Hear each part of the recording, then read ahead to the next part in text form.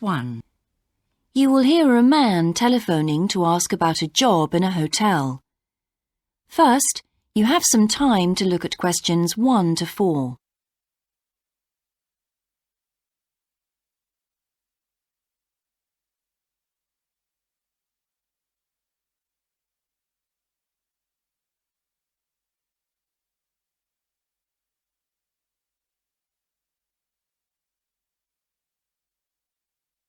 Listen carefully and answer questions 1 to 4.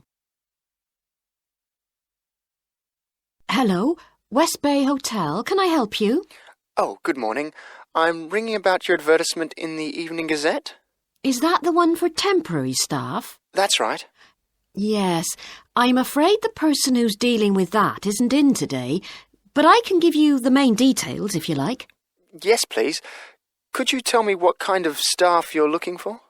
We're looking for waiters at the moment.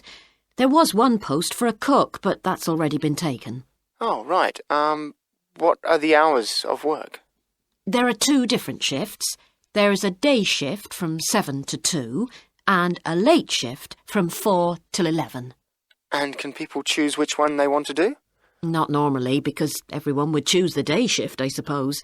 You alternate from one week to another. OK, I'm just writing all this down. What about time off? You get 1 day off, and I think you can negotiate which one you want. It's more or less up to you, but it has to be the same one every week. Do you know what the rates of pay are? Yes, I've got them here. You get £5.50 an hour, and that includes a break. Do I have to go home to eat, or...? You don't have to. You can get a meal in the hotel if you want to, and there's no charge for it, so you might as well. Oh, good. Yes, so let's see. I get £231 a week. You'd also get tips. Our guests tend to be quite generous. Before you hear the rest of the conversation, you have some time to look at questions 5 to 10.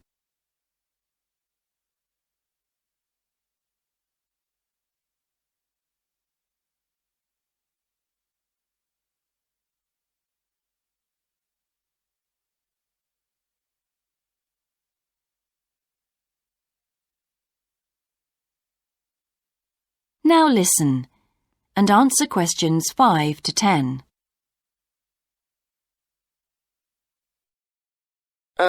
Is there a uniform? What about clothes? Yes, I forgot to mention that. You need to wear a white shirt, just a plain one, and dark trousers. You know, not green or anything like that. And we don't supply those. That's OK, I've got trousers. I just have to buy a couple of shirts. What about anything else? Do I need a waistcoat or anything? You have to wear a jacket, but the hotel lends you that. I see. One last thing. I don't know what the starting date is. Just a minute. I think it's sometime around the end of June. Yes, the 28th, in time for the summer. That's great. I'm available from the 10th. Oh, good. Well, if you can call again, you need to speak to the service manager. Her name's Jane Irwin. That's Urwin. And she'll probably arrange to meet you. OK. And when's the best time to ring? Could you call tomorrow? She usually starts checking the rooms at midday, so before then if you can, so she'll have more time to chat. I'll just give you her number because she's got a direct line. Thanks. It's 832-009. 823-009. 832. Oh, OK. Yes, I'll do that. And by the way, she will ask you for a reference, so you might like to be thinking about that. You know, just someone who knows you and can vouch for you. Yes, no problem. Well, thanks very much for your help. You're welcome. Bye. Bye. That is the end of Part 1. You now have half a minute to check your answers.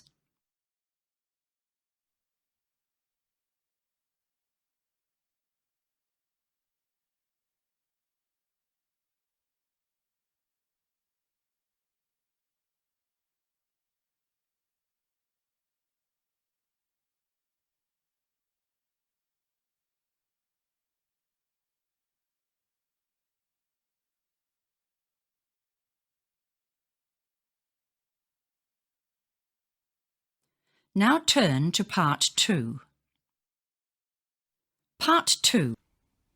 You will hear a man being interviewed on local radio about a plan to improve a suburb called Red Hill.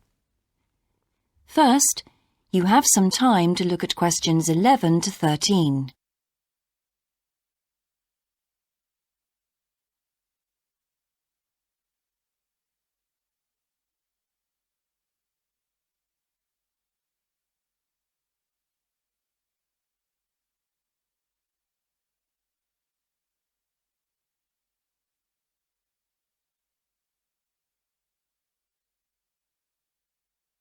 Now listen carefully and answer questions 11 to 13.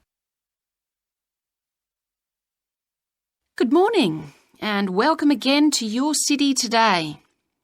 With me today is Graham Campbell, a councillor from the City Council. He'll be telling us about the plan to improve the fast-growing suburb of Red Hill. Good morning, Graham, and welcome to the show. Good morning, Carol. Now, Graham, I understand that there has been a lot of community consultation for the new plan. Yes, we've tried to address some of the concerns that local groups told us about.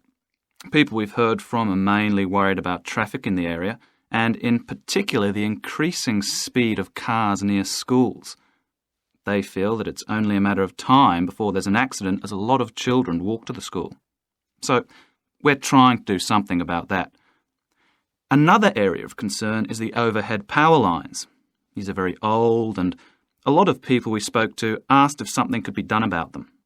Well, I'm happy to report that the power company have agreed to move the power lines underground at a cost of $800,000. I think that will really improve the look of the area as well as being safer. That's good to know. But will that mean an increase in rates for the local businesses in that area? Well, the power company have agreed to bear the cost of this themselves after a lot of discussion with the council. This is wonderful news, as the council now has some extra funds for us to put into other things like tree planting and artwork. Before you hear the rest of the interview, you have some time to look at questions 14 to 20.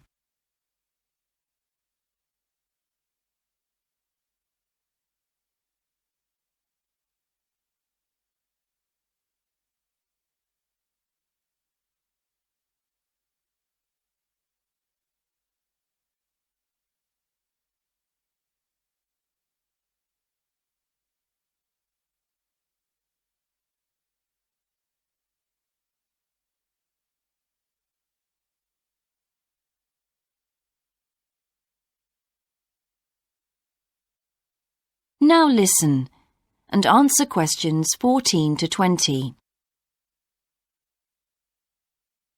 Now, we've also put together a map which we've sent out to all the residents in the area. And on the map we've marked the proposed changes. Firstly, we'll plant mature pine trees to provide shelter and shade just to the right of the supermarket in Days Road. In order to address the traffic problems, the pavements on the corner of Carberry and Thomas Street will be widened. This will help to reduce the speed of vehicles entering Thomas Street. We think it's very important to separate the local residential streets from the main road, so the roadway at the entrance to Thomas Street from Days Road will be painted red. This should mark it more clearly and act as a signal for traffic to slow down. One way of making sure that the pedestrians are safe is to increase signage at the intersections.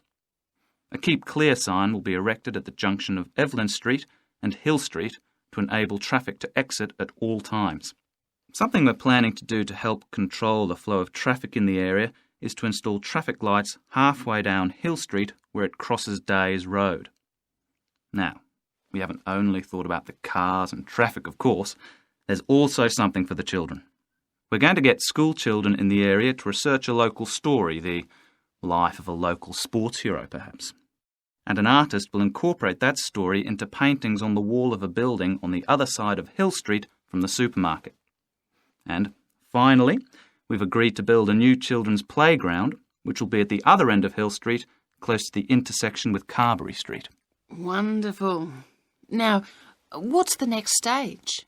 Well, the final plan will That is the end of part 2.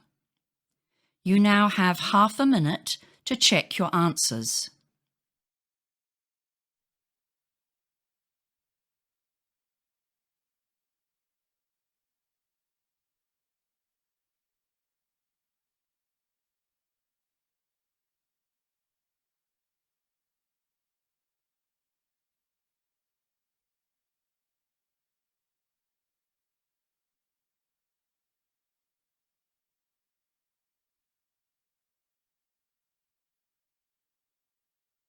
Now turn to part 3. Part 3. You will hear 2 students called Dan and Jeannie discussing their studies at university. First, you have some time to look at questions 21 to 26.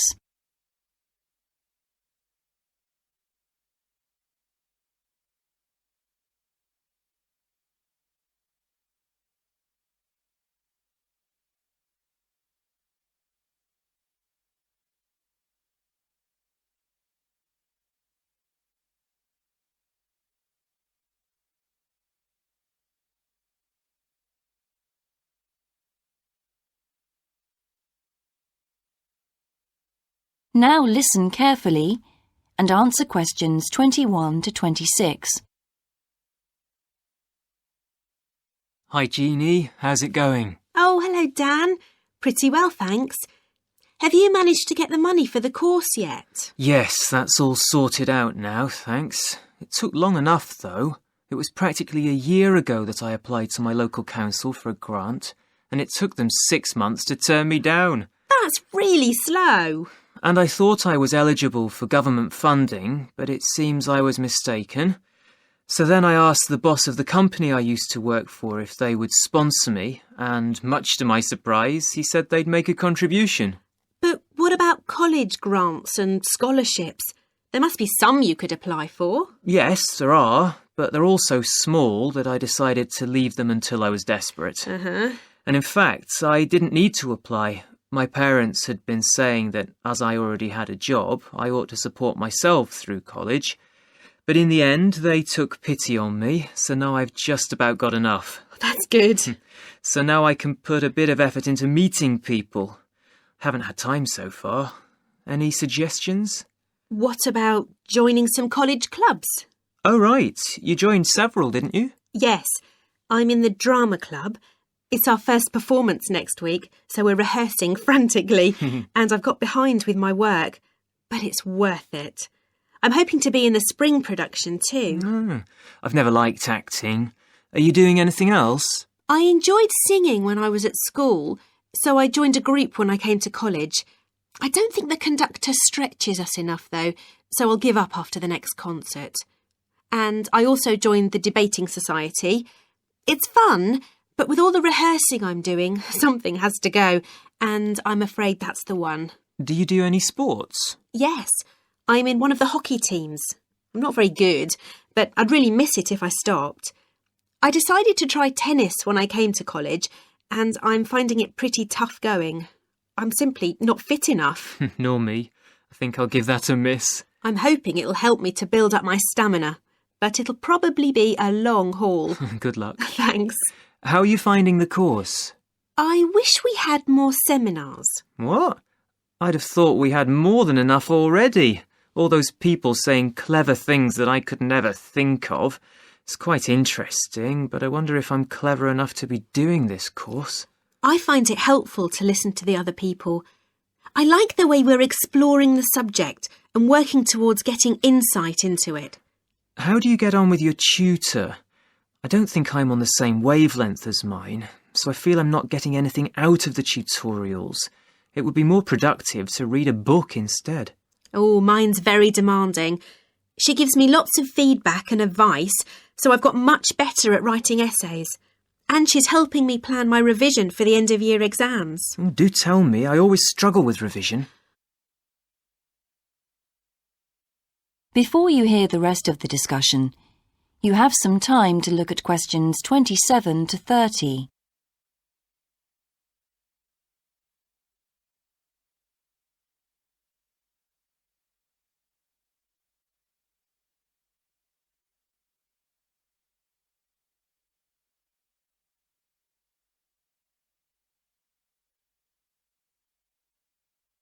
Now listen and answer questions 27 to 30. Well, the first thing is to find out exactly what's required in the exams.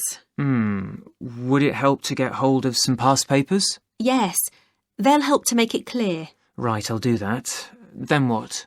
Then you can sort out your revision priorities based on what's most likely to come up. I put these on a card and read them through regularly. But that isn't enough in itself. You also need a timetable to see how you can fit everything in the time available. Then keep it in front of you while you're studying. I've done that before, but it hasn't helped me. Maybe you need to do something different every day.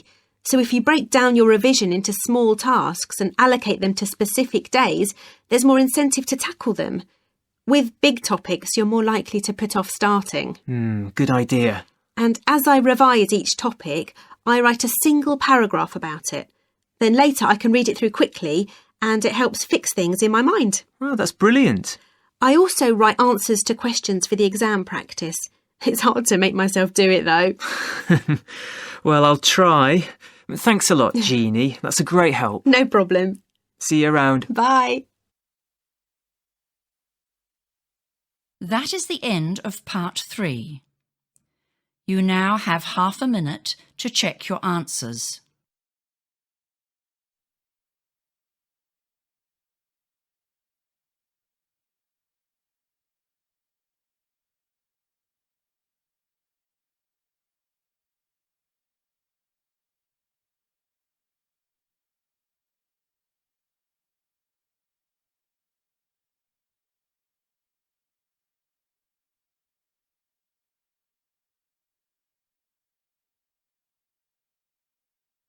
Now turn to part 4. Part 4. You will hear a lecturer giving a talk about Australian rock art to a group of archaeology students. First, you have some time to look at questions 31 to 40.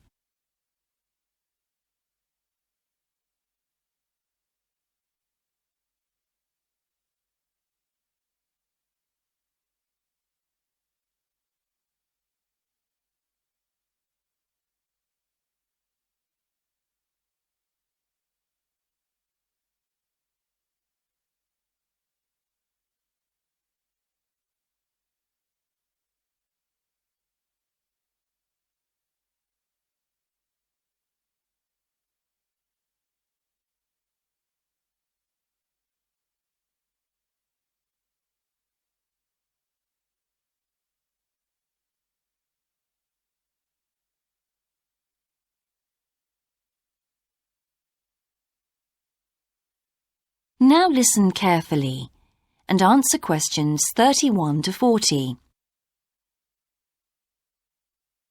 Good morning, everyone. I've been invited to talk about my research project into Australian Aboriginal rock paintings.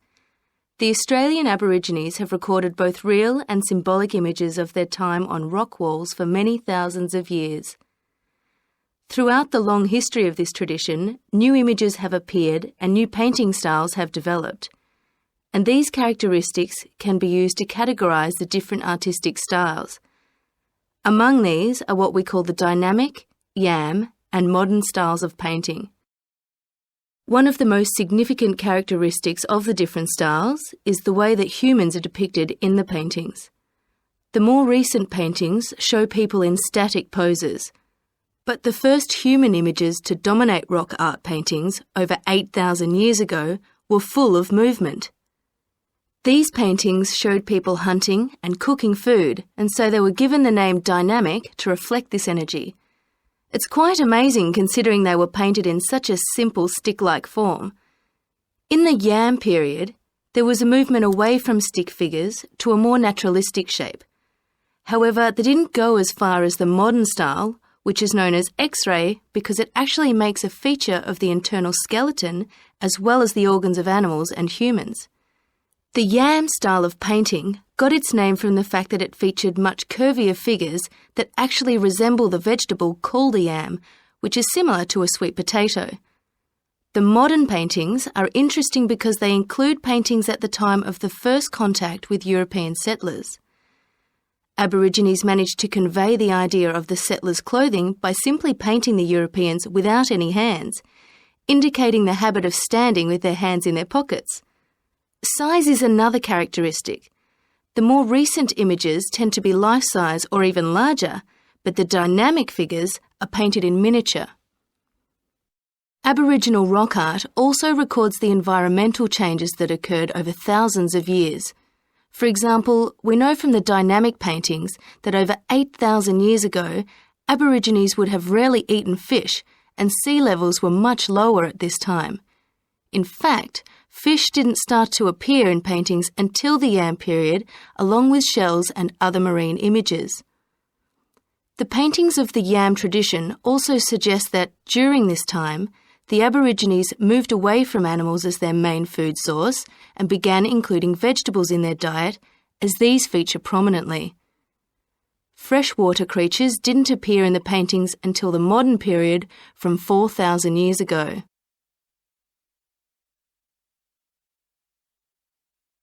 So these paintings have already taught us a lot. But one image that has always intrigued us is known as the rainbow serpent. The rainbow serpent, which is the focus of my most recent project, gets its name from its snake or serpent-like body, and it first appeared in the Yam period 4,000 to 6,000 years ago. Many believe it is a curious mixture of kangaroo, snake and crocodile. But we decided to study the rainbow serpent paintings to see if we could locate the animal that the very first painters based their image on. The Yam period coincided with the end of the last ice age. This brought about tremendous change in the environment, with the sea levels rising and creeping steadily inland. This flooded many familiar land features and also caused a great deal of disruption to traditional patterns of life, hunting in particular. New shores were formed and totally different creatures would have washed up onto the shores. We studied 107 paintings of the rainbow serpent and found that the one creature that matches it most closely was the ribboned pipefish, which is a type of seahorse. This sea creature would have been a totally unfamiliar sight in the inland regions where the image is found, and it may have been the inspiration behind the early paintings. So, at the end of the Ice Age, there would have been enormous changes in animal and plant life. It's not surprising, then, that the Aborigines linked this abundance to the new creatures they witnessed. Even today, Aborigines see the rainbow serpent as a symbol of creation, which is understandable given the increase in vegetation and the new life forms that featured when the image first appeared. That is the end of part 4. You now have half a minute to check your answers.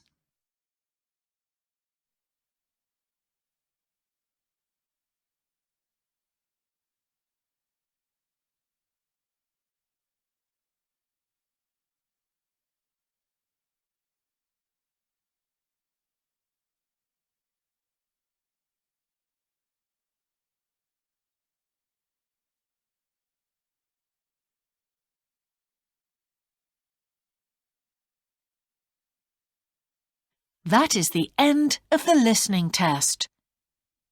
In the IELTS test, you would now have 10 minutes to transfer your answers to the answer sheet.